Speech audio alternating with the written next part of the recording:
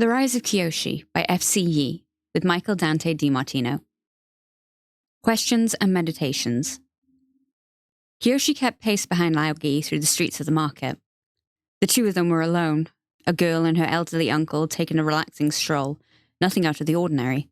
Except Laogi, when not in the presence of the rest of the flying opera company, walked with the bearing of a dragon wrapped in the clothes of a beggar. And Kyoshi was... Kyoshi. Vendors in their stalls craned their necks to gawk at her as she passed.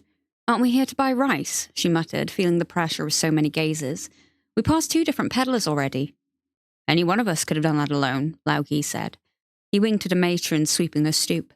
She frowned and pushed a pile of dust at him. "You're here to observe." Zygon village was the main town that supplied food and manpower to Governor Tei's palace. Kyoshi had been impressed by its size as they walked in from the outskirts, but quickly noticed that the solidly built houses and traditional Earth Kingdom trappings were somewhat of a front. They hadn't encountered an actual person until they were well into the heart of the village. Kyoshi found it hard to believe that the outer districts were completely vacant, but she'd seen nothing to the contrary. Her ears perked toward the sound of an argument. A peddler and the farmer supplying him were nearly at blows. "You can't fool me," shouted the peddler. "I know the harvest was good this year. What you're charging me is an outrage." The farmer gestured wildly with the straw hat in his hand. "And I'm telling you, most of it gets confiscated for the governor's silos. I have to set the price based on the grain I have left over." "How can you keep raising prices when there's an ocean of rice sitting behind his walls?" The peddler was beside himself. "For Yang Chen's sake, I can see the roof of the storehouse from here. Tei hasn't opened the silos for over 5 years. You might as well consider that food eaten by the spirits." Laogi pushed Kyoshi along. Apparently, they were not here to offer solutions to people who needed them. She knew what he was trying to prove, that Tei's impending death was justified. "Reserving food for an emergency isn't foolish or corrupt," she said. "No, but secretly selling your reserves for off-the-books profit is. To enrich himself, Tei has traded away the grain he's collected every year since he was appointed governor. He's persisted during bad harvest when his citizens have gone hungry enough to abandon their homes. Most famines are man-made, and he is on the verge of making one." Laogi kicked a paddle at a shuttered window. There was no response to the noise. "Tell me, has Jiangsu ever failed his people in this manner?" Kyoshi was forced to admit that Yokoya had only grown and prospered since Jiangsu planted his flag there. The townsfolk she'd seen in Zygon had the sinking, harried look of men and women running out of time. They weren't starving yet, but they would be soon. She recognized the weight of hunger on their shoulders, the same one she felt on hers as she went from door to door in Yokoya after being dumped there, rejected in turn by every family, her options dwindling. She knew intimately what would happen next to the villagers, how their humanity would break down as starvation and helplessness took over, how it felt to watch death encroach a little closer every week. It had taken an intervention by Kelsang to save her from that fate. Now Laogi was claimed to be that mercy for Zygon, for hundreds of people instead of just one girl. She had no reason to call him wrong. It was a long, serpentine hike up the hillside to their encampment. She noticed the flying opera company preferred elevated positions, maybe her mother's influence seeping through. It made perfect sense in this context. The rocky terrain hid them from view, and from this high up they could see the layout of Tei's palace as clearly as a well-drawn map. The governor is tactically incompetent not to have scouts monitoring these passes, Kyoshi thought, before noticing the strange mix of Rangi and Laogi that had rubbed off on her. Lek looked up from stoking the campfire. "Did you get the rice?" "We got sweet potato." She tossed the burlap sack to the ground. "Rice is... an issue." "I'm sick of sweet potato," he groused. Kyoshi ignored him and climbed high to the flat outcropping where Karima and Rangi lay on their stomachs, surveying the palace. They'd come to a temporary truce over their mutual appreciation for intelligence gathering. Casing a giant was pretty much the same thing as planning an assault. She sat down behind them unnoticed. "We're looking at a traditional Siowan design dating back to the Hao line of Earth Kings," Rangi said to Karima, fixated on the complex below. It was ancient compared to the mansion back in Yokoya. There were 4 courtyards instead of 2, and instead of being walled by rooms in continuous smooth construction, it appeared as if more than a dozen houses of varying sizes and heights had been placed end to end along square patterns drawn in the ground. The ancient owners must have grown in wealth over time, adding more and more extensions haphazardly, a far cry from the singular vision Jiangsu had in constructing his own home. It was still obscenely extravagant, especially when compared to the declining village of Zygon. One of the courtyards held a gaudy turtle duck pond that was too large for its surroundings. Kyoshi knew that was a new trend in imitation of the Fire Nation Royal Palace. There's overlapping fields of view for the guards in each of the high points, Rangi said. She pointed at 3 lumps of roof on the closest edge. We have to assume they'll be fully manned. So, coming at the best angle, that's 3 sentries we'll have to deal with on the approach. Lek can drop 2 of them from a distance, but the 3rd would have time to sound the alarm, Karima said. How do you know so much about Old Earth Kingdom architecture? In the academy, we studied how to attack any kind of fortification, Rangi said. Walled fire temples, Earth Kingdom stockades. Karima looked at her carefully. Polar ice walls? Yes, Rangi said without hesitation. Preparedness carries the day. There was even a plan for Ba Sing Se, though I'd pity the troops who carried it out. The waterbender set aside the comments made toward the other nations. Mock will want to attack the south gate directly, Karima said. If we time our approach with his, we could assume the sentries posted on the other walls will divert toward him. Rangi frowned. That's a killing field. The ground south of the complex was hard-packed dirt strewn with field stones the size of a man's head. A few earthbenders in Tay's guard could cause massive casualties. I don't think Mock cares, Karima said. I don't know what poison Y has been pouring in the ears of those men, but they've turned into fanatics. He's going to preach the walls with sheer numbers. Kyoshi shuddered to think of the slaughter that would follow if the Dao Fei succeeded. She'd never heard of a siege where the attackers didn't repay the cost of victory in blood. We have one last option, Karima said. We still don't know which building the prison cells are in, or under. Capturing the entire palace might be the only way we get enough time to search for the person we're trying to free. So instead of trying to penetrate the compound, we simply take out the watchman on the south wall, open the gate from the inside, and let Mock stroll right through. That's not going to happen, Kyoshi said. Gah! Karima launched herself to her knees and nearly fell off the outcrop. How are you so stealthy on those giant hooves of yours? Servants have to be quiet. Kyoshi appraised the pair of benders, who were probably more alike than either cared to admit. She needed some wisdom in a hurry. The conventional sort, not the turned-around mind games of Lao Gi. Right now, these 2 women were her best sources. We have to talk, she said to them. The last hours of daylight were devoted to more training. The training never ended. The training would invade her dreams. The last hours of daylight were devoted to more training. The training never ended. The training would invade her dreams. She was certain the next fire avatar would be born with her muscle memory imprinted in their little fire baby limbs. Let's go already, Wong shouted. You're the one who wanted to learn dust stepping. Are you sure about this? Kyoshi said, justifiably nervous. When I saw the rest of you do it, you started on solid ground and work your way higher. That seems a lot safer. She perched on a rock column, one of many that studded a ravine. The distance between each pillar was at least 12 feet. On the far side of the gully, Wong waited for her. Practice should be more difficult than the real thing, he said. The goal is to reach me without slowing down. If you stumble, you have to go back to where you started and try again. You're doing it 3 times. Kyoshi peered down at the ground below. There was nothing that would break her fall on the hard stone floor. Can I at least use my fans? I don't know, Wong said. Can you? She pulled her weapons from her belt. The heft in her hands was comforting as she spread them open. She had the thought that maybe if she flapped hard enough, she could take to the air like a bird. Either shoot or go hungry, Lek called out. She should have just went for it without hesitating. Now she'd drawn an audience. The entire group, including Lao Gi, watched from various seats around the camp. Precision, she thought to herself. Timing. Precision. Timing. She leapt into thin air. In the same instant, pebbles and dust rose from the bottom of the ravine, stacking on each other, solidifying into a rigid structure that only needed to support her weight long enough for her to take her next step. She felt the ball of her foot land gracefully on the miniature temporary stalagmite, the fragile tower of earth. Then she crashed right through it. She dropped like, well, a stone. In her panic, Kyoshi let go of her fans and reached for a column with her hands, a drowning victim ready to pull the entire lifeboat under the surface with her. She struck the side and bounced off, scrabbling for the top of the column with her fingers, but unable to find any purchase. Her back collided with the formation behind her, sending her pinwheeling face first into the bottom of the ravine. She lay there, a smear along the ground. 2 thuds sounded, her fans landing after her.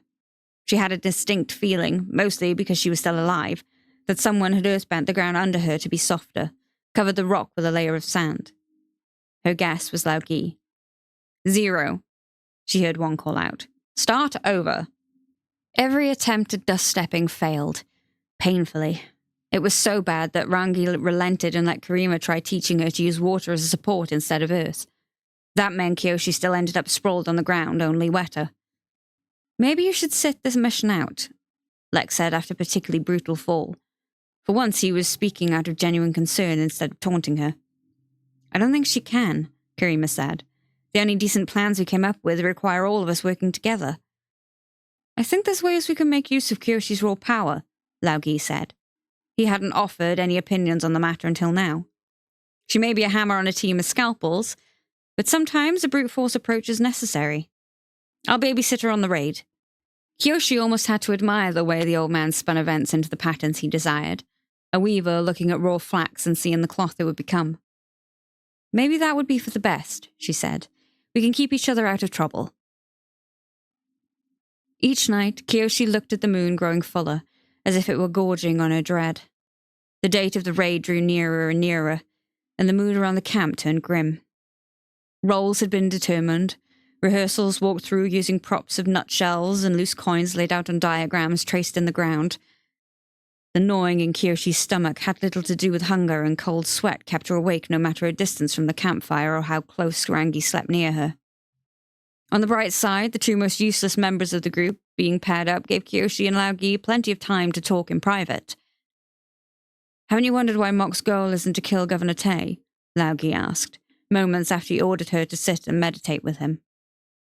The thought had crossed Kyoshi's mind. He knows you're going to do it? Lao Gi laughed, and I used to believe he didn't have a sense of humor. No, the reason is that he has the same piece of information I do. Palaces built in the Hao period often had an iron safe room hidden in their depths. In case of an attack, the lord of the manor would flee there and lock himself behind impenetrable metal doors. The vaults had supplies to last a month, which was more than enough time for reinforcements to arrive. Mok knows trying to kill the governor would be a waste of effort. The more Kyoshi heard about this Tay person, the more she despised him. She opened her eyes. He's going to abandon his household to an army of Dao Fei. What did you expect from a wealthy official? Lao Gi said. You sound disappointed. Perhaps you assumed Tay would stride onto the field of battle at great risk to himself and fight off Mok's forces single-handedly with an incredible display of earthbending, protecting scores of innocent lives? I don't know where you got that image from. Her hackles rose. It seemed like the old man never let an opportunity to sing Jiangsu's praises go by. She tried to calm herself by returning to her meditation. Kyoshi had been denied access to this kind of training in Yokoya, but Rangi had found moments to teach her the basics on their journey. With their bloody task looming over her head, she found the practice calming, centering. She was like cool stone deep below the... So you're telling me you've never wondered about my age? Now he was trying to goad her on purpose. It was astounding how easily he flipped from the hypnotic, terrifying version she knew he could be into an oafish child with wrinkles and white hair. She was wrong to have thought that calling him Sifu a few times would have given her consistent, uninterrupted access to a guru of death. I can't say that I have, Kyoshi muttered through her teeth. He sounded slightly wounded by her lack of interest in his secrets. It's just... the people who've openly confronted me in the past with the name Ti Guao the Immortal, to a man they all begged me for the secrets of longevity. The only ones who didn't were you and your mother. First, she didn't believe he was anywhere near as old as he claimed, and second, desperately grasping for more power and control over life that was people like Jiangsu did. Tay too, probably. Sifu, she drawled. Oh, please, impart upon me the mysteries of immortality, for I wish to watch eras pass before my eyes like the grains of an hourglass. Of course, Lao Gi said brightly. Anything for my dear student. You see, it all comes down to maintaining order, keeping things neat, clean, and tidy.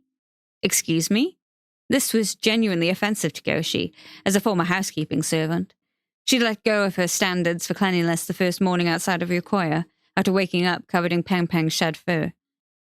But with his drinking and aversion to changing clothes, Lao Gi towed the line of rancidity. What did he know about tidying up? Aging is really just your body falling apart on the smallest, most invisible levels and neglecting to put itself back together, he said. With the right mental focus, you could take an inventory of your own body and place each little piece that's not where it should be back into the correct order. Kyoshi had to assume he was tailoring his lessons to a background and that the real process was much more complicated. The way you describe it, you'd have to decide what version of yourself you'd be stuck as forever. Exactly.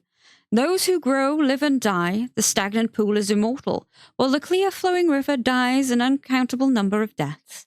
Is that another proverb to Shokens? Because it doesn't sound like any spiritual lesson I feared. It's my proverb, Laogi whined. His feelings hurt again. And this fretting about the spirits. I'm trying to teach you about the mind, an infinite world that's been neglected by far too many explorers. The mind.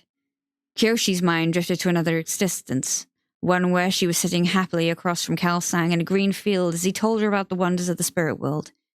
His warm and gentle voice guiding her consciousness until they crossed the boundary, hand in hand, to a land where human concerns didn't weigh them down. The face of tradition. The time had come. The moon was full to bursting. It spilled its light over the fields surrounding Tay's palace, sharpening corners and altering colours in ghostly detail. Mok knew enough to schedule his raid when his men could see what they were doing. The flying opera company picked its way down the rocky hillside. Does everyone know the plan? Rangi said. She was asking as a formality. Rangi had drilled each step into their skulls. It had been satisfying to see the others get a measure of Fire Nation discipline as revenge for what they'd put Kyoshi through. Going to see Mok before the assault was a part of the operation. If he let them move as they pleased and did not let his temperament and vanity reign, then with luck on their side they would deliver him exactly what he wanted. One prisoner, unharmed. Tay's foolishness was on full display as they approached Mok's encampment south of the palace. Kyoshi counted at least 500 Dao Fei preparing for battle, sharpening their swords and honing their spear thrusts. Had none of Tay's household guard noticed as many armed men converging on his location? Zhang Shu would have smothered this miniature uprising before it. She shook her head. For one night and one night only, Zhang Shu was immaterial. They tiptoed by a large group of bare-chested men arranged in neat rows deep in horse stance, chanting gibberish in unison. Their captain walked among them holding a bundle of lit incense sticks in his hands. He ritualistically swept the smoke ends over their torsos, leaving trails of ash on their skin. Kyoshi looked closely and saw that each man had the characters for impervious inked on their forehead. Who are they? She whispered to her companions. Those are members of the Kangshan sect, Karima said. They're non-benders who believe that performing secret purification ceremonies will make them immune to the elements.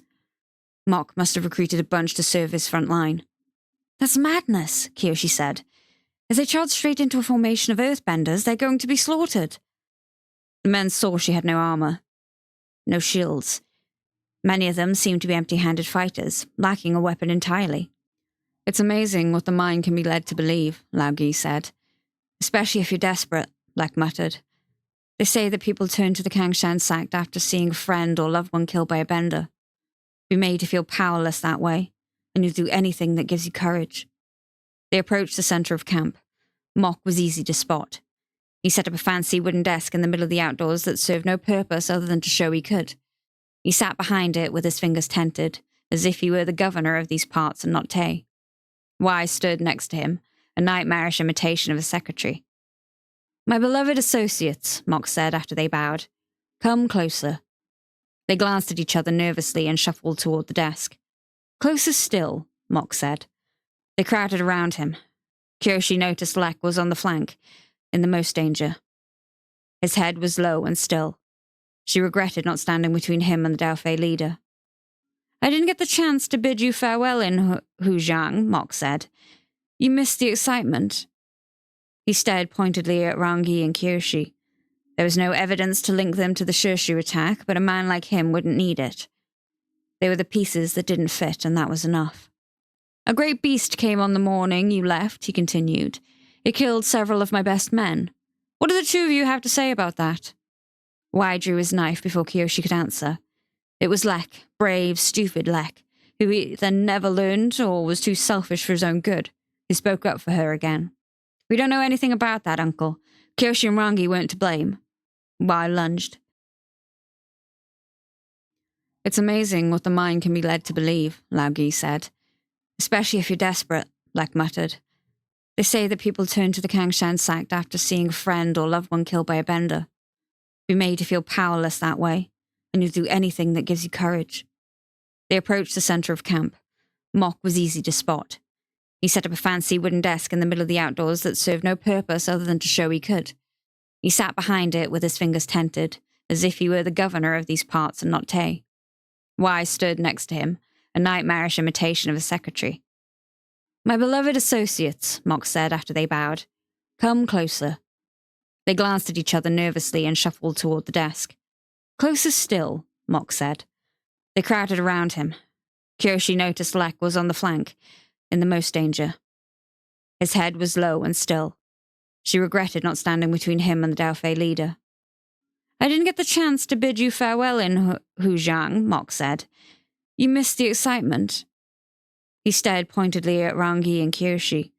There was no evidence to link them to the Shushu attack, but a man like him wouldn't need it. They were the pieces that didn't fit, and that was enough. A great beast came on the morning you left, he continued. It killed several of my best men. What do the two of you have to say about that? Y drew his knife before Kyoshi could answer. It was Lek, brave, stupid Lek, who either never learned or was too selfish for his own good, who spoke up for her again. We don't know anything about that, Uncle. Kyoshi and Rangi weren't to blame. Y lunged. Certainty lent Kyoshi a speed she never knew she had. In one swift motion, she caught Y's knife hand before it reached Lek, pinned it to the desk by his wrist, and drew her fan with her other hand. She kept the heavy weapon closed as she smashed it like a hammer on Y's fingers, breaking them in a single blow. The knife clattered to the ground. The eyes of the flying opera company were as big and wide as the moon overhead. Everyone was shocked into silence, including Y, who seemed numb by sheer disbelief from the pain coursing up his arm. Forgive me, uncles, Kyoshi said, finding it supremely easy to speak now. I saw a poisonous insect and thought to save your lives. Y clutched his broken hand and bared his teeth at Kyoshi, a vine cobra about to spit. She was still calm. But if Uncle Y believes my actions inappropriate, he can always teach me the meaning of discipline on the Lei Tai after our mission is over. Mok leaned back in his chair and crowed with laughter. So much progress in only a few weeks. This is the influence I have on people. Come, Kyoshi. Since your brothers and sisters have had their tongues stolen by a spirit, tell me what plans you've come up with since we last saw each other. She carried on as if nothing had happened, ignoring the surprise of her friends and the fury of Y. She chewed the strategizing between Rangi and Karima enough times to be convincing. We believe the prison where our sworn brother is being held is below the northeast courtyard. Assuming it was constructed at the same time as the oldest part of the palace, we should be able to defeat the security. He noticed her pause. But, provided we have enough time, if Tay's guards choose to defend the prison, our group alone may never be able to spring our man. There's also a chance that if we show our hand too early, they realize what we're doing and preemptively kill the hostage. Then it's as I anticipated, Mok said, stroking his chin like a wise man. We'll need a direct attack in concert with your clandestine efforts. Kyoshi had to give him some measure of credit. He did foresee this outcome back in Hujiang. Mok reached inside the desk and pulled out 2 sticks of timing incense. Kyoshi watched him pluck Y's knife off the ground and carefully cut them to the same length before handing them to Rangi. If you would, my lovely. She lit both tips with one finger and handed one back to Mok. Get your positions, he said. We attack in 1 hour. The flying opera company bowed and got out of there as fast as they could. Step 1 had been passed. Rangi cradled the timing incense as they left the camp, trying to shield it from the breezes that might accelerate the burn and throw them off schedule. 1 hour, Kyoshi thought. In the distance, a few bright lights from the palace could be seen, the fires lit by servants like her for cooking and warmth, lanterns carried by guards like the watchmen who always greeted her kindly at the gates of Jiangshu's mansion. She looked at the Kangshan acolytes working themselves into a frenzy, vulnerable and naked but for their faith. 1 hour, until blood was spilled. Steady on, Laogi whispered to her. His words, meant to be comfort, only reminded her. 1 hour, until she became the killer she was trying to be. Lek, Karima, and Wong hustled them back to camp. What's the rush? Rangi said, covering the dwindling stick of incense. There's no reason to be hasty at this point. She and Kyoshi were already wearing their armor. "We have to put on our faces," Karima said. She rummaged around her limited belongings. "It's tradition before a job." Lek failed to find what he was looking for and grunted. "I forgot we left Chameleon Bay in a hurry," he said. "I'm out. Does anyone else have some makeup they can spare?" Kyoshi blinked, having difficulty comprehending. "I do? I think there was some in my mother's trunk along with the fans." Wong helped himself to Kyoshi's rucksack until he found the large kit of makeup that had been completely neglected until now. It'd be a disgrace for an opera troupe to perform barefaced, and stupid for thieves not to hide their identities. Kyoshi remembered. Classical opera was performed by actors wearing certain patterns of makeup that corresponded with stock characters. The tiger monkey spirit, a popular trickster hero, always had a black cleft of paint running down his orange face. Purple meant sophistication and culture, and often appeared on wise mental types. Her mother's journal had mentioned the makeup, but she'd overlooked it in favor of the more practical fans. And the headdress. Didn't she have a headdress too? Wong brought the kit to her and opened it. "It looks like the good stuff from Ba Sing Se, so it hasn't dried out," he said. "I'll do yours first. It takes practice to put on your own face correctly." Kyoshi shuddered at the thought of the oily paste on her skin, but decided not to complain. "Wait a second," she said. "There's nothing in here but red and white." The indentations that should have held an assortment of colours had been filled multiple times over with deep crimson and an eggshell-coloured pigment. There was a small amount of black coal as well, but not enough to cover the whole face. "Those are our colours," Wong said as he dipped his thumb and began to gently apply the paint to her cheeks. "White symbolises treachery, a sinister nature, suspicion of others, and the willingness to visit evil deeds upon them." Kyoshi could hear Rangi snort so loudly Tay might have heard it in his palace. "But," Wong said, scooping into the other side of the case with his forefinger, "red symbolises honour, loyalty, heroism. This is the face that we show our sworn brothers and sisters. The red is the trust we have for each other, buried in the field of white, but always showing through in our gaze." Kyoshi closed her eyes and let him put more paint on. "Done," Wong said. He smoothed the last of the black eyeliner on her brow and stepped back to examine his handiwork. "I can't promise it'll stop a sharp rock or an arrow, but I can guarantee you'll feel braver.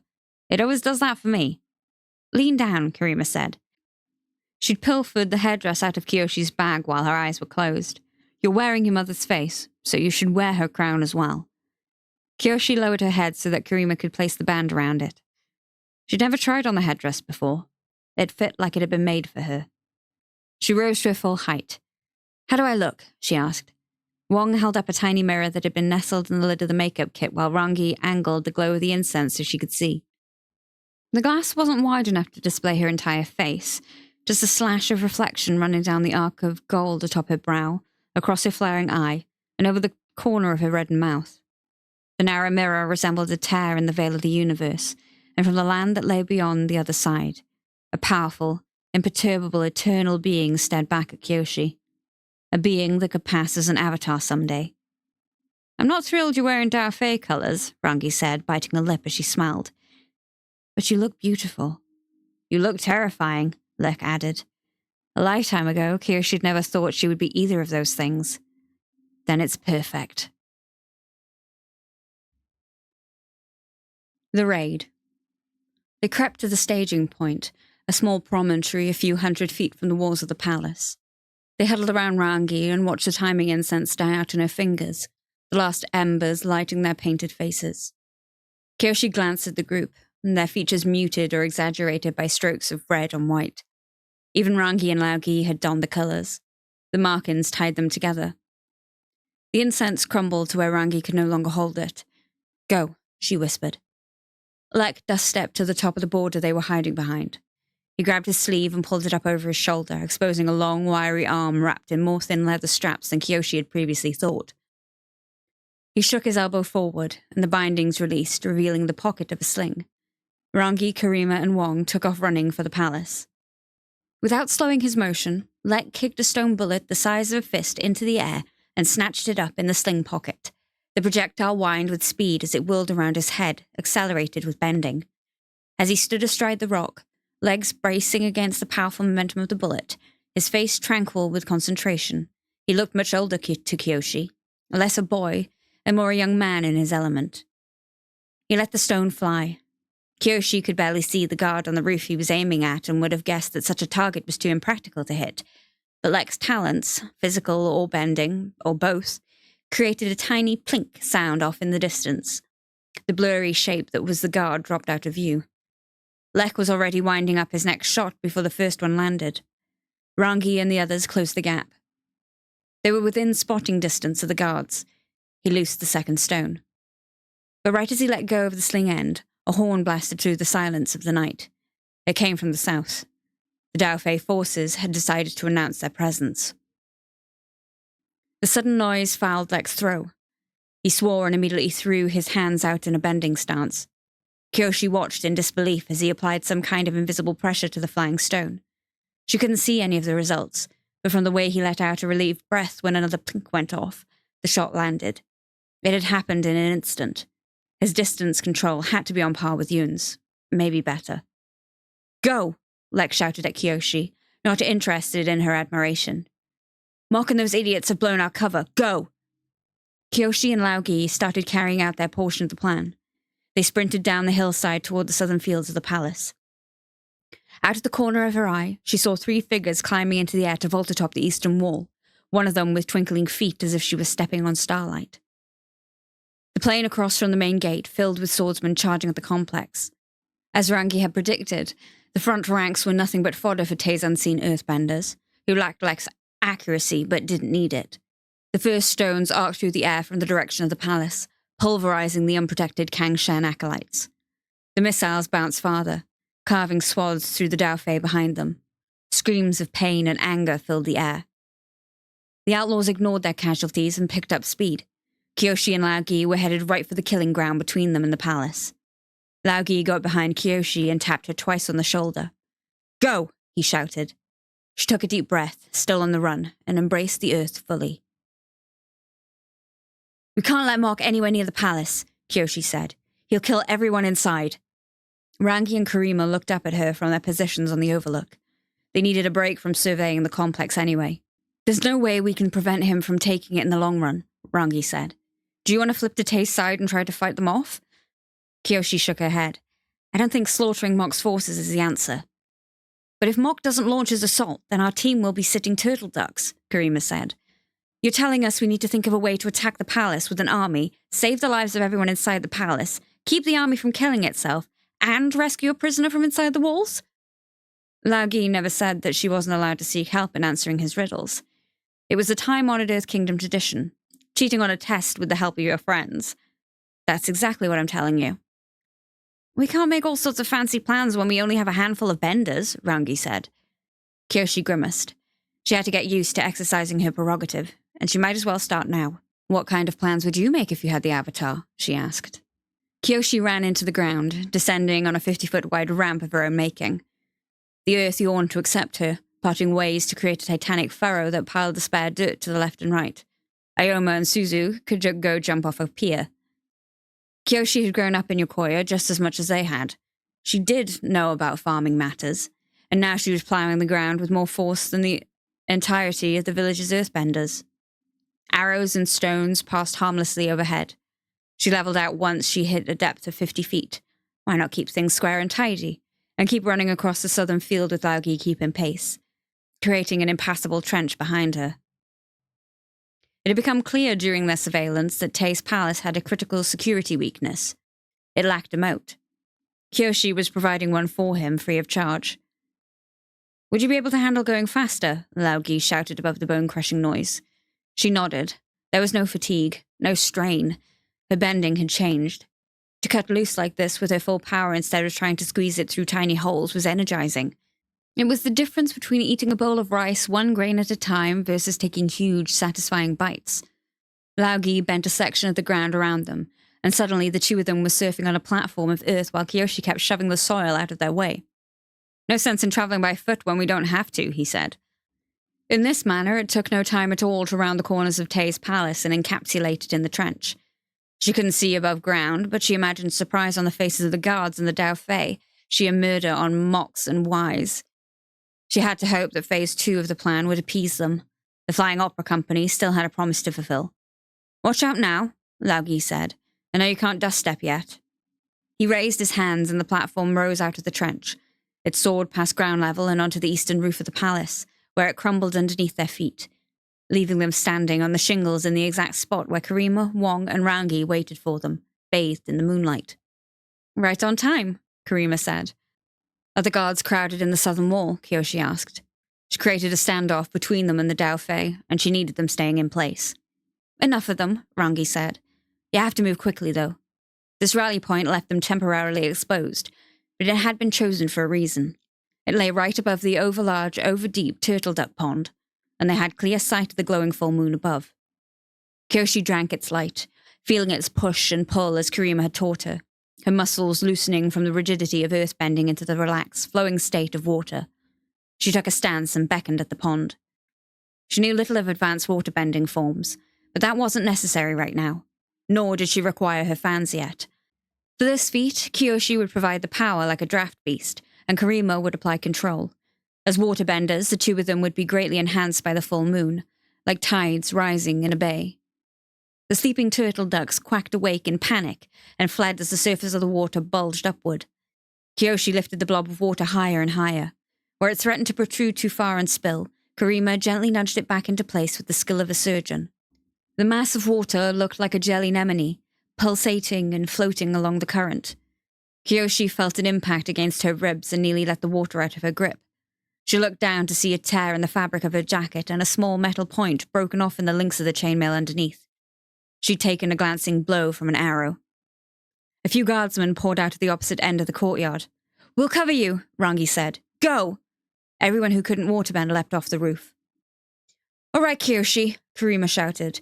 "Drop the hammer." Kyoshi relaxed and lowered her center of gravity with such vigor that it felt like a skeleton outraced her muscles. The heavy formation of water punched through the interior wall of the southern portion of the compound, rushing in through the breach. There was so much of it that it would flood every corridor from wall to wall, floor to ceiling. Little windows and vents dotting the interior walls gave them the line of sight they needed, though with this amount of water it was hard not to feel the element's presence intuitively. The locations of the screams told them it was working. The guardsmen who'd been focusing on the Dao Fei assault, concentrated in the southern fortifications, were being violently scrubbed from their posts. Kyoshi and Karima swept the tidal wave from left to right, then around the corner to the west for good measure, before releasing the pressure. They wanted to knock the soldiers out, not drown them. With a synchronized pull, they burst a portion of the west wall, letting the water flow into the other courtyard. Piles of groaning, coughing bodies spilled through the gap. In the brief moment Kyoshi spent checking that the men were alive, a battle cry caught her off guard.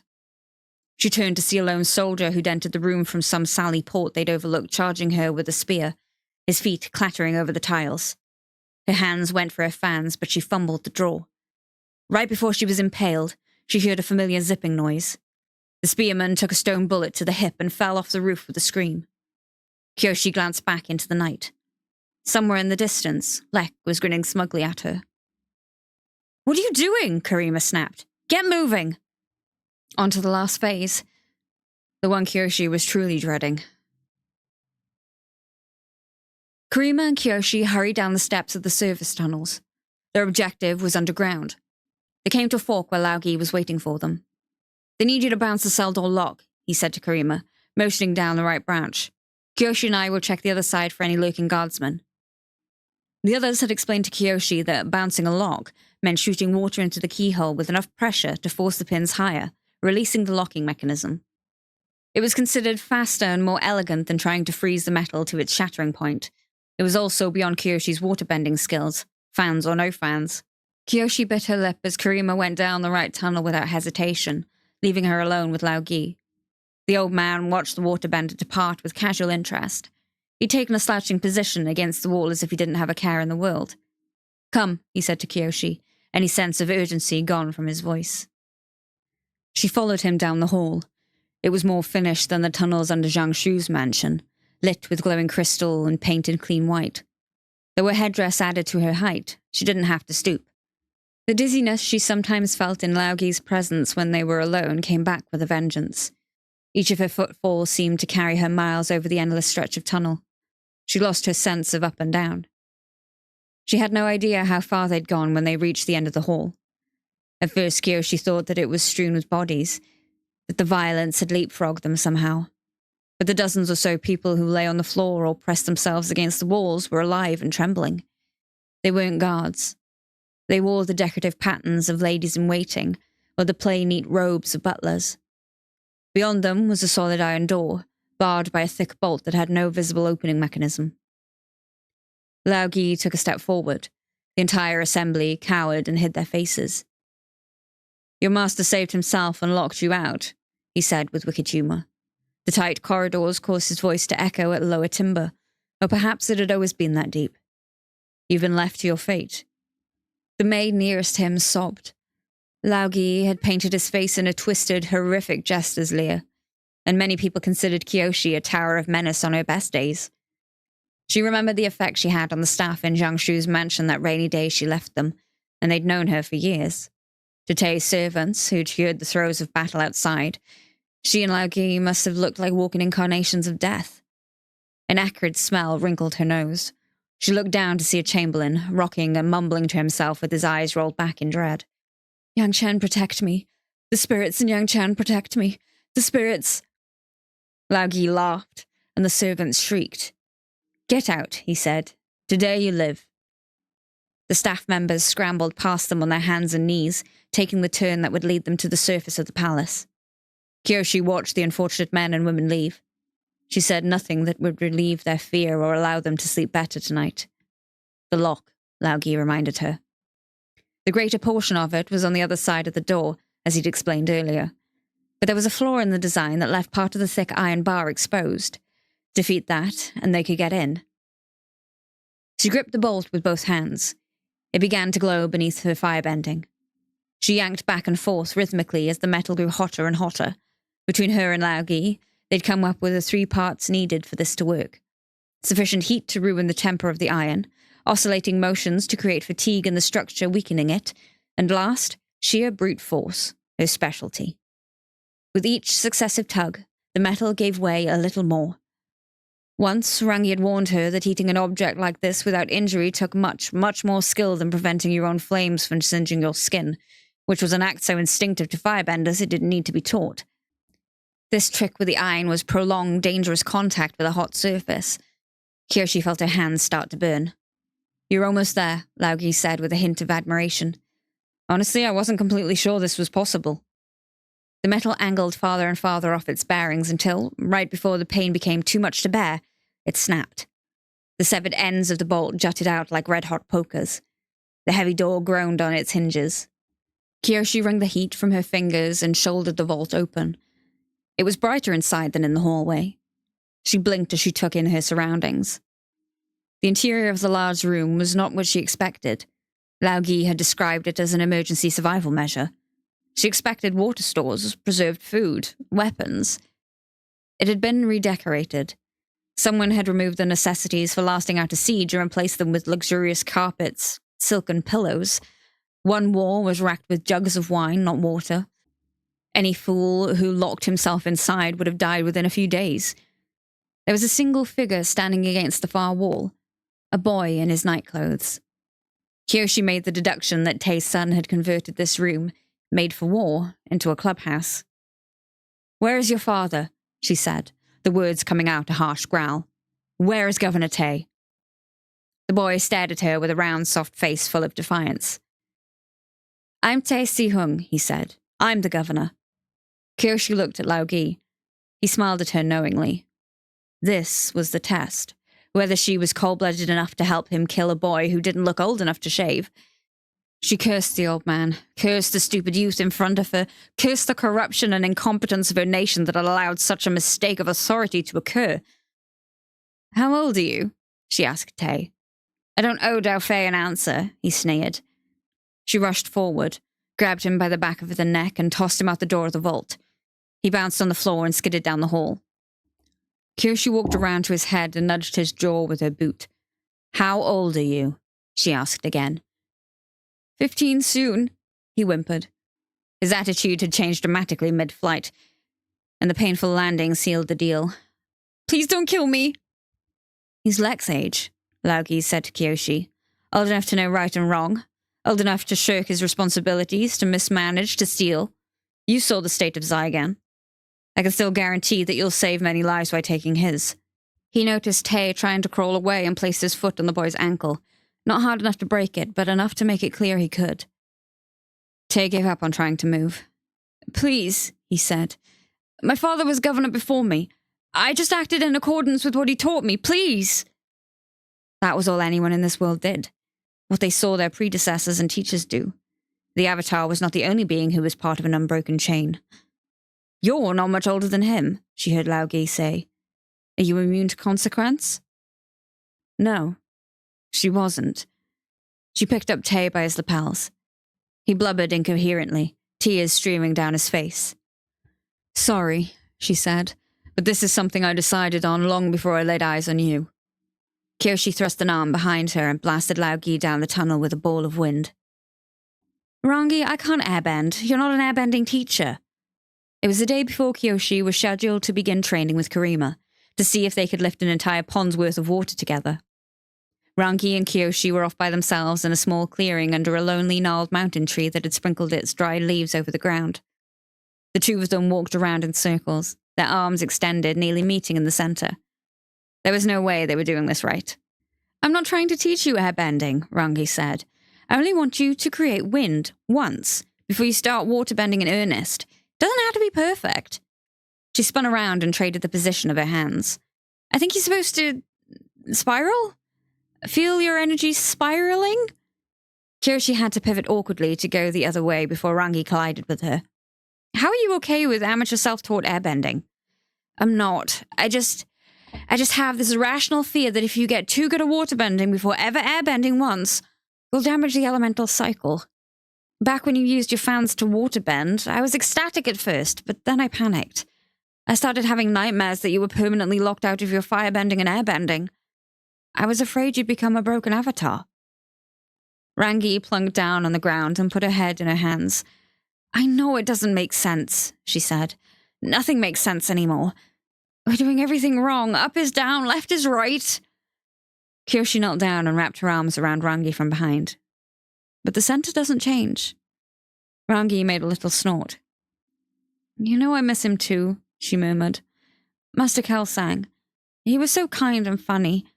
Sometimes when I find myself missing him, I feel guilty that I'm not thinking about my father instead.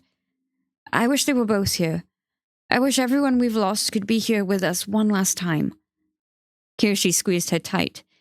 She imagined Rangi's energy twining together in place with her own, forming a stronger thread from two strands. There was a tickle against her brow. She and Rangi looked up to see a swirling dance of leaves, spinning around in a circle, the two of them caught in its eye. Kelsang used to make her laugh in the garden like this, by swirling the air, letting her touch the currents and feel the wind run between her fingers. Kyoshi let the breeze play against her skin before giving it a gentle push with her hand. The wind spun faster at her request. She could feel Kelsang smiling warmly at her, a final gift of love. They'll always be with us, she said to Rangi. Always. Lao Gi landed in the vault, which happened to be full of cushions, which meant that Kyoshi had less of a head start than she'd counted on. She threw Tay over her shoulder and ran down the hall. Girl! He heard Lao Gi shout behind her, echoing through the tunnel. She had the distinct feeling he could catch up at a moment's notice no matter how far she'd gone. The fear lent her more speed. She took the stairs 5 at a time until she reached the surface. Tay gasped from her grip around her waist.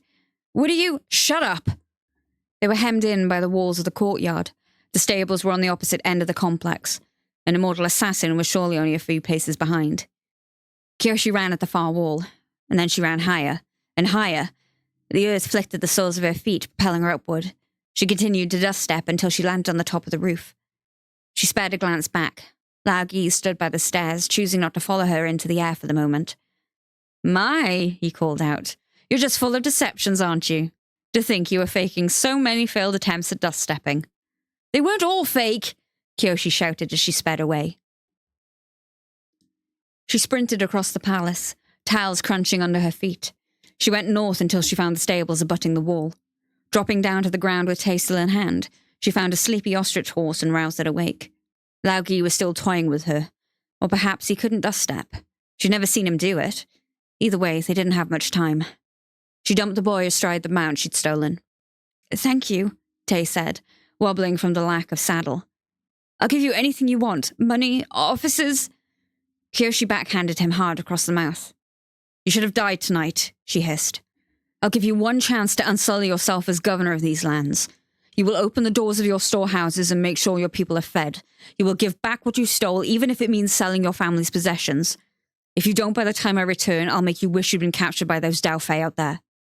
She left an open end on that timetable, having no idea when she'd be free to make good on the threat. But she knew she would if given the chance. She was letting Tay know there would be consequences. Zhang Shu would be proud, she thought darkly. Tay's bleeding face rolled with confusion.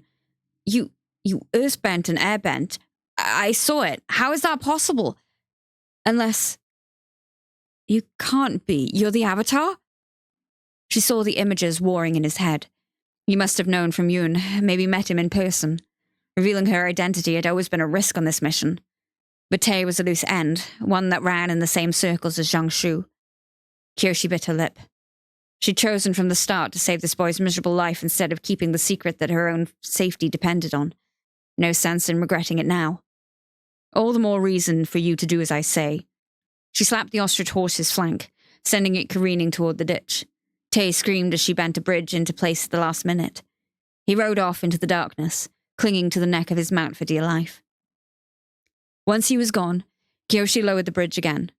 She didn't want Monk's men infiltrating the compound from the rear while so many helpless people were still inside. She just stepped over the gap and took her time walking farther north, to the rendezvous point where the others would be waiting. At some point during the hike, Lao Gi fell in beside her. You're not a very good apprentice, he said tonelessly. There were a dozen replies she could have given to him. Tay was too young to die and still had time to redeem himself. The whole exercise was flawed and had nothing to do with her desire to end Zhang Shu.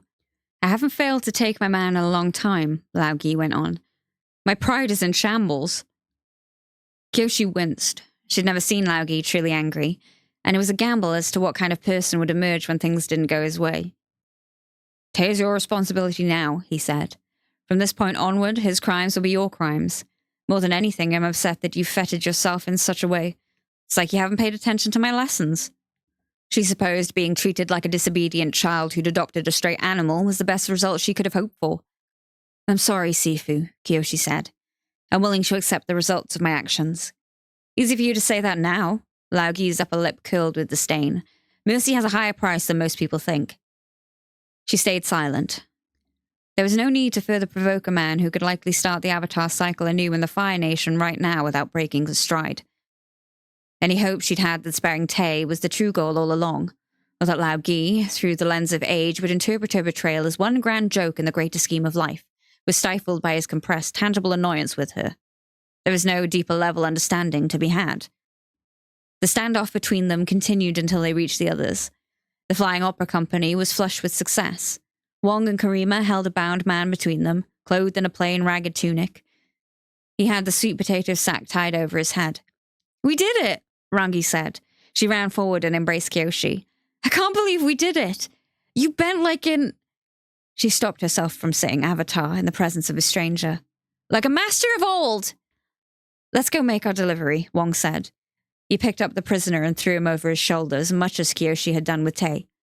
Sorry for the rough treatment, brother. Won't be too long before you're breathing free air. It's no problem at all, the hooded man said politely. The Dao Fei nearly filled them with arrows as they approached the southern camp. We have your man, Karima shouted. Wong dumped the prisoner to his feet. With the hood on, he couldn't see how his rescuers crowded behind him like a human shield. Mock strode up to them, apoplectic. What do you think you were doing? We discussed no such plan. Karima held her hands up. We got him out of the prison, she said, reminding him again that the mission had technically been accomplished. The trench was necessary last-minute improvisation. That wasn't true. Figuring out how to keep the Dao Fei out of the palace had been the primary challenge Kyoshi had set to Rangi and Karima. Seeing the waterbender lie for her made Kyoshi feel worse about hiding the additional side mission with Lao Gi and Tay from the others. She'd caused her friends undue risk. I shall flay your skins and put them under my saddle, Mock screamed. Wai stood behind them, though Kyoshi noticed he wasn't so ready to draw a blade at this time. The man stared at her warily, rubbing his bandaged hand. Mock, is that you? The prisoner said, tilting his ear toward the noise. If so, stop haranguing my saviors and get this bag off my head. Wong untied his hood while Karima sliced the ropes off his wrists with a small blade of water. Rangi had recommended the bindings as a precaution since they didn't want a confused captive resisting his own rescuers. The burlap mask fell off his head to reveal a pale, handsome face under shaggy dark hair. "Big brother," Mock said. The Dao Fei leader's mannerisms suddenly took on a reverential, submissive quality. "Can't believe it's you after so long." "Come here," the prisoner said, opening his arms wide. The two men embraced and pounded each other's backs. 8 years, the newly freed man said. 8 years. "I know, brother," Mock sobbed. 8 years, the man repeated, squeezing harder. 8 years! It took you 8 stinking years to rescue me! Mock gasped, unable to breathe. "I'm sorry, brother," he choked out with the air he had left. "We tried our best." "Your best!" his elder brother screamed in his ear. "Your best took nearly a decade. What's your second best? Waiting for my prison to collapse from rust?"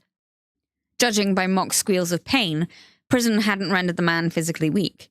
He tossed Mock aside and surveyed the Dao Fei. Why hadn't made a single move. The surviving Kangshan followers took a knee and lowered their heads, while the rank and file stood at attention. Kyoshi's eyes fell on the moon peach blossoms, still placed with care on the men's shirts. While it was now obvious that they'd sprung no ordinary outlaw from Tei's custody, there was something worse hanging in the air, a dark warning in her imagination. "Uncles," Kyoshi spoke up suddenly, "if the debt of the Flying Opera Company is repaid, we should be on our way." Their instincts screamed that they needed to get out of here. Immediately. "Repaid?" the man they'd rescued said. He beamed at them, not with the fake smiles of Mock, but with genuine warmth in his heart. "My friends, you have done more than repay a debt. You have made a new future possible. Forevermore, you shall have the friendship and sworn brotherhood of Zhu Ping'an. You must stay and celebrate with us." Alarms went off in Kyoshi's head, the creeping hint of recognition just out of her sight. Before she and the others could decline, he turned to address his troops. Mock's men had become his men, and there was no protest. "Brothers," he said, his pleasant voice ringing through the camp. "For many years you've kept the faith. You are true followers of the code. I would die happily this very instant, knowing that there is still honor and loyalty in this world." The assembled Dao Fei roared and shook their weapons. The sun began to rise dramatically behind Zhu, as if he were favored by the spirits themselves. "But I think we've suffered enough losses, don't you?" Zhu said.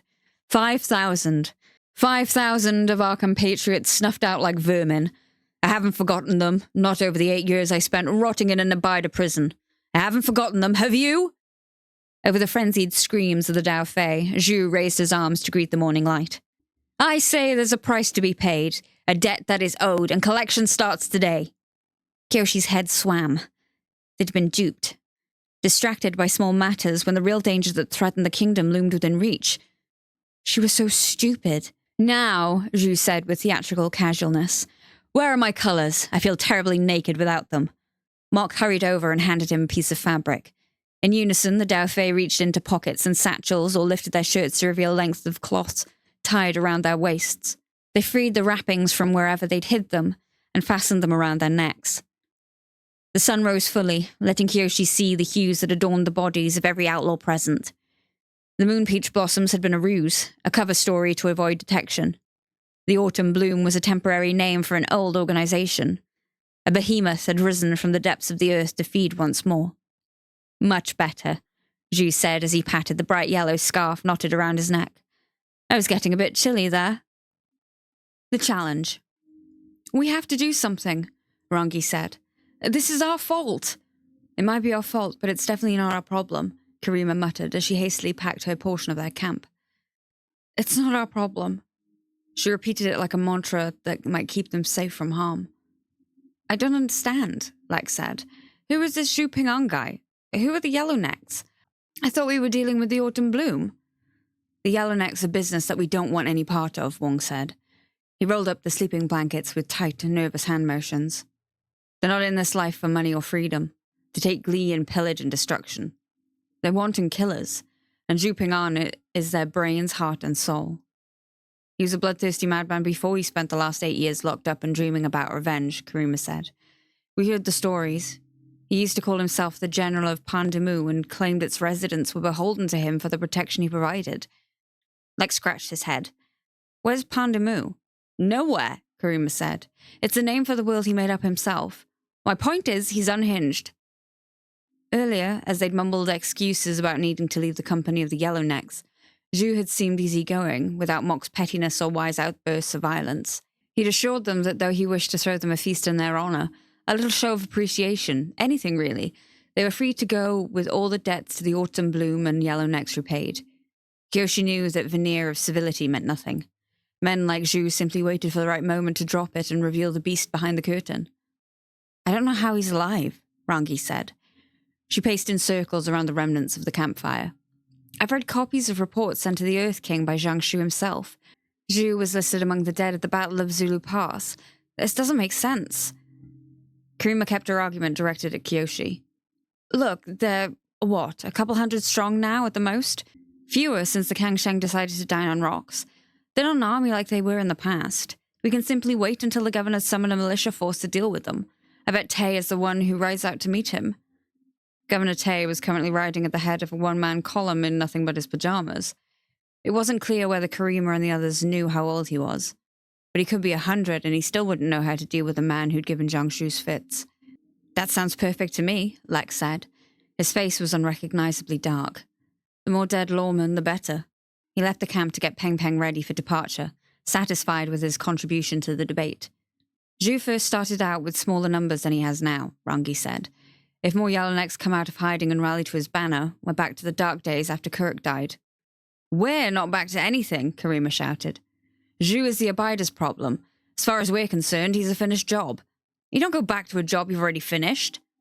Years ago, I passed through a town caught in the wake of the Yellownecks, Laogi said, reminiscing calmly like it had been a mediocre vacation he'd once taken. I saw what happened to the residents. They'd been... He twisted his mouth, trying to decide what word to use before settling on one. Stacked, he said. He made a layering motion with his hands, alternating one on top of the other. Karima still wasn't swayed. We run away from trouble, she said, not toward it. That's our policy. It served us well in Chameleon Bay, it helped us survive in Huzhang, and it'll pay off here. What do you think we should do, Kyoshi? Laogi said, given your newfound taste for making decisions of life and death. His question was dipping with petulance, but the rest of the gang didn't know about the botched assassination. They were still thinking of a command to preserve the lives of Tay's household while pulling off the raid. No one had argued against her back then.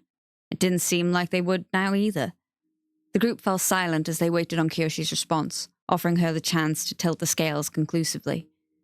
Their heads swam. Not a single moon ago, she was the weak link, not the shot caller. The others were putting too much stock in her being the avatar, conflating bending versatility with leadership. She'd grown more capable in the days since Huzhang, but not wiser. Kyoshi fell back on the one philosophy she was well versed in as an earthbender. Neutral Jing. We wait and see what happens, she said. But we can wait from a higher elevation. Load up Peng Peng. Rangi and Karima, the two opposite voices in her ear, united to share a worried look with each other. They loitered in the air, a physical stamp of Kyoshi's indecision on the blue and white cloth of the sky. Peng Peng floated inside a cloud that Karima rippled around them. The waterbender stood upright in the saddle, swirling her arms to prevent the tufts of vapor from parting and revealing their position. Lek took them slowly over the Yellownecks so they could monitor the movements of Zhu's force. Kyoshi was keenly aware that they occupied a literal halfway point between fleeing and staying, perhaps ruining their chances for either option. She took the nagging doubt out of her head and peered down below. The column of men drifted slowly away from Tay's palace like ants on the march. They formed a solid mass, Zhu no doubt at the front, with the occasional scout sprinting ahead and returning back to report, a colony sending out feelers. I hope they're heading towards a militia outpost, Lex said, still clinging to some ember of hate for the law. Then we could see a good dust-up from here. They've stopped by a rice field, Rangi said. Maybe they're trying to pick it? The second harvest wouldn't be ready, though. The farming knowledge of Yokoi had rubbed off on her. Kyoshi watched as the crops provoked some kind of response in the Daofei. Years ago, when she was still living without a roof over her head, she would sometimes watch her fellow insects crawl through the dirt in search of food. The motions of the bugs always started slow, indistinguishable from randomness, full of hesitant backpedaling, until within the span of a finger snap they turned into a focused swarm. The army lingered next to the green, burgeoning grain as if the collective had sniffed a target of interest. Dark lines began to grow across the field. She puzzled over the meaning until she realized it was Zhu's scouts infiltrating through the high stalks of rice, parting and trampling the plants. Her eyes darted to the opposite end of the field where a small house and barn stood. Smoke from the morning's water boil puffed gently out of the chimney.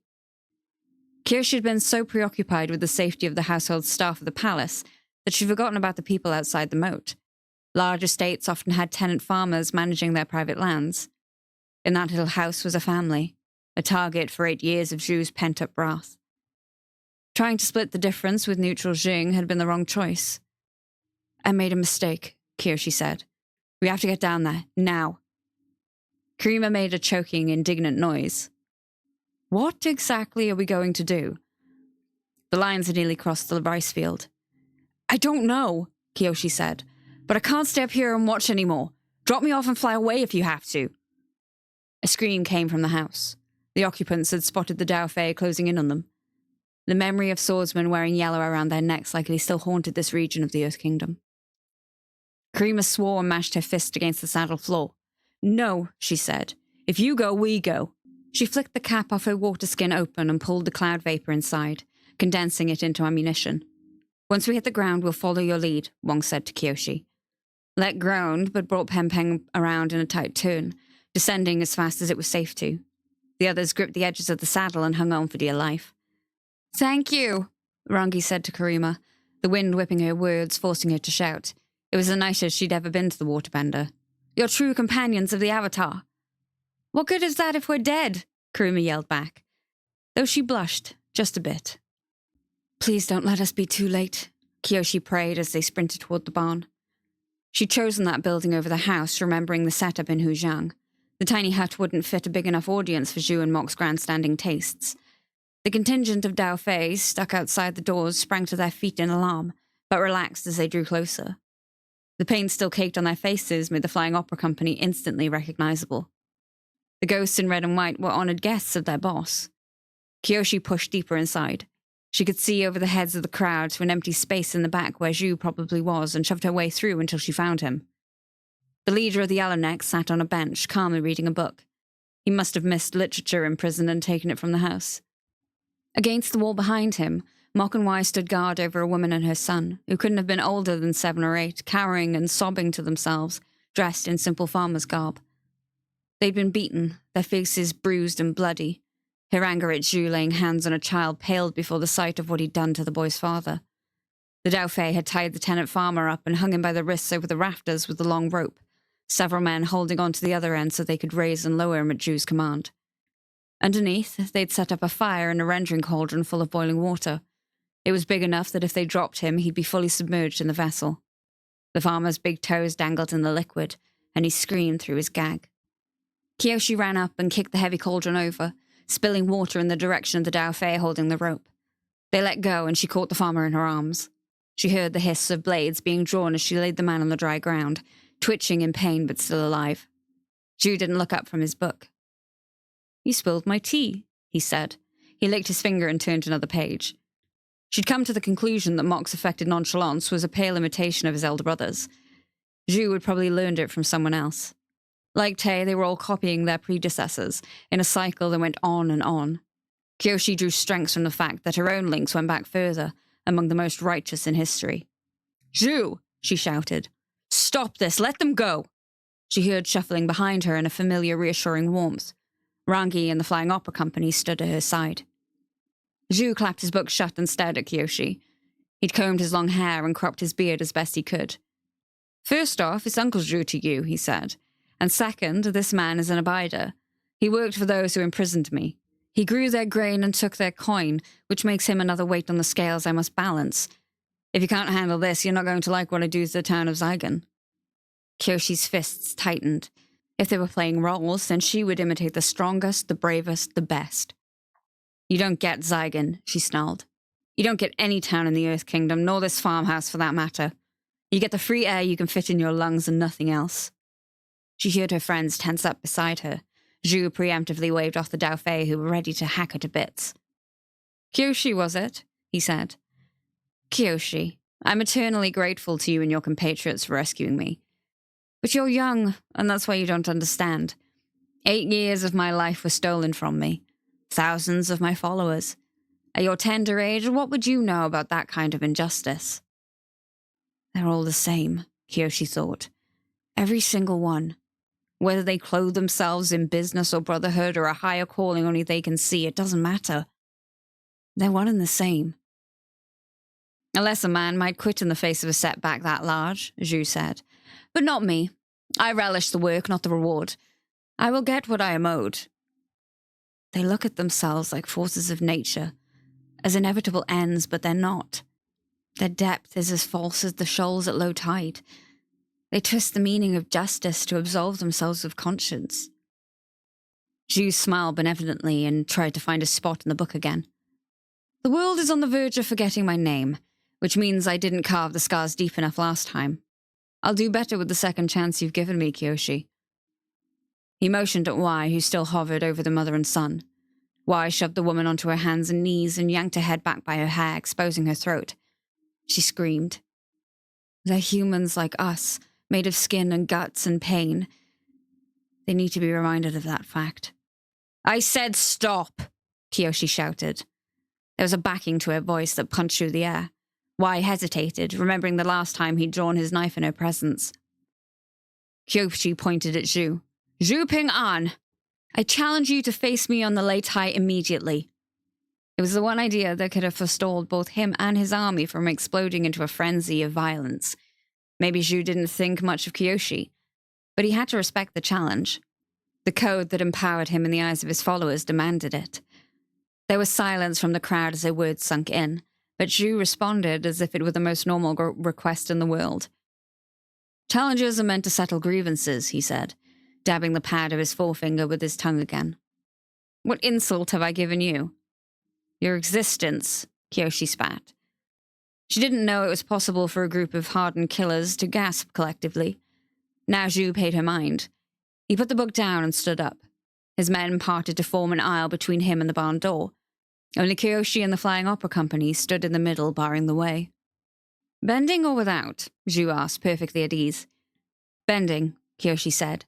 It was the only way she'd stand a chance. She remembered her fans in her belt. Weapons, anything goes. She felt the flare and turmoil of Rangi's emotions beside her, but heard no protest. Very well, then. The prospect of a duel registered on Zhu about as much as a fly landing on his nose. Perhaps he'd already assessed her abilities, and that was the amount of threat she represented. Let's get this over with. It was a lopsided arrangement, 6 on one side of the rice field, hundreds on the other. In the middle, a team of yellownecks used shovels from the barn to pile dirt into a raised platform. With an earth-bending Lei Tai, the fighting surface had to be shaped from the element, not made of wood like the one in Hujiang. Kyoshi had declined to assist with construction in the hope that stalling would create more time for a governor's militia, an Earth Kingdom army, for any help at all to arrive. At this point, she'd take Tay and a couple of angry servants armed with brooms. This was your plan? Karima said as they watched the dirt flinging into the air. It wasn't a plan so much as a thing that could have happened and did, she said. I noticed none of you tried to stop me.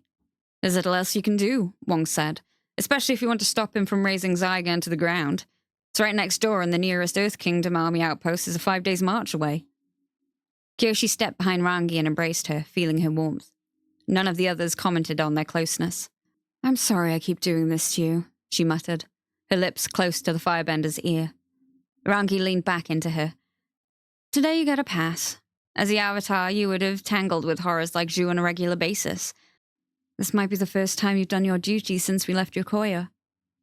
It felt good to get a decision right, though it was uncertain how long she'd live to enjoy it. Kyoshi, can I speak to you for a moment? Laogi said. In private? The others frowned, slightly confused. As far as they knew, there was no particular relationship between Kyoshi and the old man that warranted a conversation prior to her imminent death. Laogi was more likely to give her a few shots of wine for courage than a pep talk. Kyoshi followed him behind a curtain of rice stalks. What do you think you're doing? He snapped once they were alone. He'd never taken such a tone with her, not even after she'd saved Tay's life. You think it's wrong to fight Zhu? She said. If Laogi was going to argue that the Yellownecks were good for the health of the Earth Kingdom, then he truly was as loopy as his outward persona. No, you fool. What I mean is that if you wanted Zhu dead, you should have struck him down without notice, blindsided him. That is the way of the predator. He seemed positively disgusted at the notion of an honorable duel. Facing him on the Lei Tai and hoping for the best is the mentality of an herbivore braying and shaking its antlers to look good in front of the rest of the herd, he said. I wanted you to drink blood, not chew grass. Kyoshi took a step back. She bowed deeply before him, fully and formally, holding her angle at length. It wasn't the deference of a student to teacher, but rather the rarely used apology bow, only trotted out in the Earth Kingdom in moments of true sincerity, and she kept it going until she heard a snort of surprise from Lao Gi. I'm sorry, Sifu, she said, but I'm not doing this as a killer. I'm doing this as the Avatar, even if the world won't know it. Lao Gi sighed. Stop that, you're embarrassing both of us. She straightened to see his wrinkled face arranged into an expression of scorn. It was ruined only by the genuine concern in his eyes. Figures at the one time I find a pupil I like, she tries to be as mortal as possible, he groused. Well, maybe Zhu might suddenly pass away where he stands in the next 5 minutes, Kyoshi said to any spirit or legendary creature of death nearby that might overhear and take pity on her. Death doesn't work like that, Lao Gi said. He reached up and patted her on the shoulder. You're on your own. The Daofei finished stamping the platform flat. It was smaller than the one in Huzhang. There would be less room to run. Zhu hopped onto the Lei Tai first, swinging his arms to loosen his shoulders. He changed into a vest and a pair of pants cinched at the ankles. Mock and Wai stood in his corner, the elevation of the platform hiding them from the chest down. If anything happens, take Pang Pang and get out of here, Kyoshi said in an ironic echo of what Rangi had once told her. Find someone with the power to intervene before the Yellownecks grow their numbers again. What if it's the gravedigger? Karima asked. Kyoshi paused. She wondered if her hatred would follow her into the afterlife, whether the purity of her revenge was so important that she'd turn away his help in saving lives. She didn't answer the question. Instead, she gave Rangi one last squeeze and hopped onto the platform. She was still geared from last night's battle. The face paint had started to flake off. Kyoshi steadied her trembling fingers against the handles of her fans. The stage-like nature of the Lei Tai added the tension of a performance to the stakes of a duel. Had Rangi been this scared, elevating herself to fight? Facing Tagaka had been less nerve-wracking than this. The battle on the ice had happened too fast for her to think each step through. You weren't as afraid back then because Zhang Shu was there on your side. The thought held too much truth for her to swallow. She drew her weapons. Zhu grunted and sighed as he hugged one knee to his chest and then the other. For the last time, Kyoshi, he said. Are you sure about this? You and your friendliness can go straight to the bottom of the ocean. You should ask yourself that question, she said. I think your kind has a little too much certainty. An unnamed young Daofei, rather than Mock or Wai, stood nervously in between them with his hand raised. Kyoshi spread her fans and settled into a 60-40 stance that Wong had taught her, equally good for striking or bending. Zhu bounced lightly on the balls of his feet, preferring not to signal his approach to earthbending. Ready! The referee shouted. Kyoshi licked a drop of sweat off her lip. It tasted like grease. She scuffed a little more weight into her front foot. Zhu began to inhale through his nose. Begin! The young man shouted, before diving off the platform to safety. Kyoshi summoned her energy, starting with a connection to the ground and extending it through her weapons. She would overwhelm her opponent with a barrage of earth. But she was too slow, and she was playing the wrong game entirely.